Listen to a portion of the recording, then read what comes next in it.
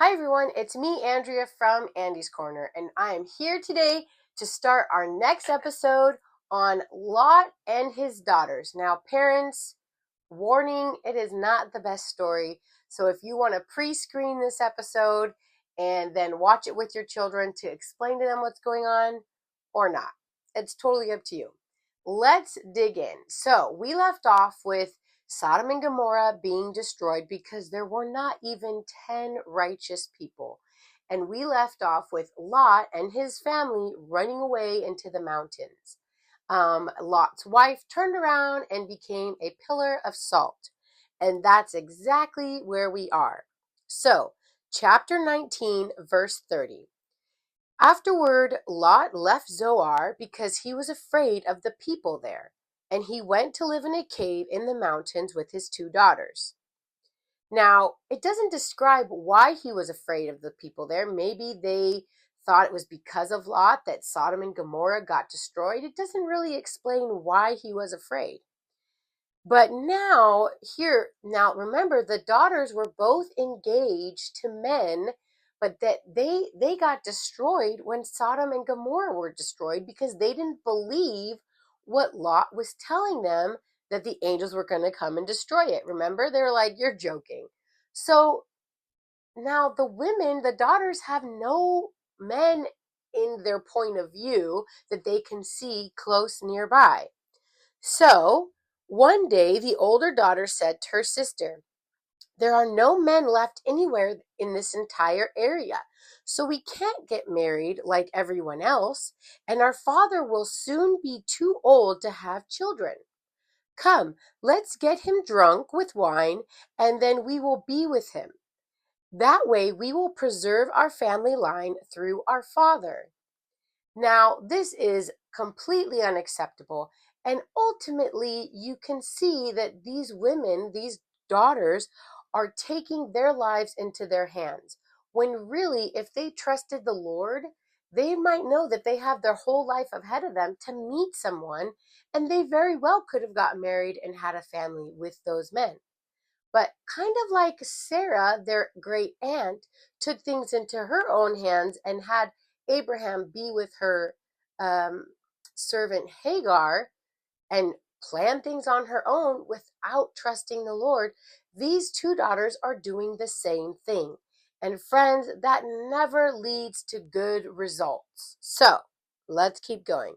So that night they got him drunk, which is not good, obviously, with wine, and the older daughter went in and was with her father. He was unaware of her lying down or getting up again. The next morning the older daughter said to her younger sister, "I was with our father last night. Let's get him drunk with wine again tonight, and you go in and be with him. That way we will preserve our family line through our father." Now, friends, this is not God's best for his children at all, ever. And again, these women are not trusting the Lord with their future. They may have been influenced by the people that they lived around and thought, well, this is a good way to fix a problem. No. So, let's see where I left off. Okay. So that night they got him drunk with wine again, and the younger daughter went in and was with him. As before, he was completely unaware of her lying down or getting up again. As a result, both of Lot's daughters became pregnant. When the older daughter gave birth to a son, she named him Moab. He became the ancestor of the nation now known as the Moabites. When the younger daughter gave birth to a son, she named him Ben-Ami.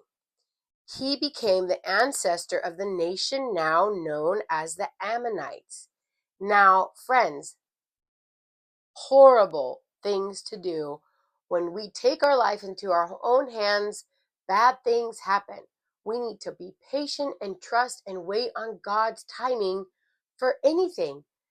Yes, they were living at a cave in that moment, but who knows? God could have redeemed them and brought them out of the cave and had greater things for them. But they didn't even ask God for guidance. They just did whatever they wanted to do. And actually, these two tribes, the Moabites and the Ammonites, are often in the future opposing the Israelites, when in fact they're actually relatives of the Israelites. They get in wars with them, they oppress them. King Saul delivers the Israelites from them. It is constant years and decades of the Israelites fighting against these two tribes, when actually they're family. This is crazy. Now, what did you learn from this story from the Bible? Now, first of all, you might be shocked that this is in the Bible, but there's actually a lot of crazy, unfortunate things in the Bible. And it's not just things we should do, it's things that we shouldn't do, and warnings of what happens when people don't listen to the Lord. And I think this is one of them. I think what I learned about God is that when we try, like Sarah, try to take things into our own hands and control a situation, we cause chaos. And that is not God's best for our lives. So I learned that I still desire to first seek God for guidance. Lot and his daughters, when they were so stuck in the Zoar and they wanted to flee, they fled to a cave. Sorry, and again, they didn't say like, Lord, help us. They didn't cry out to the Lord. They didn't ask for his guidance. They didn't seek his will. They just did whatever they wanted to do. And friends, I don't know about you, but I don't want to be like Lot. I want to be like Abraham. When God tells me to do something, first I seek him and I welcome him like he welcomed the three angels.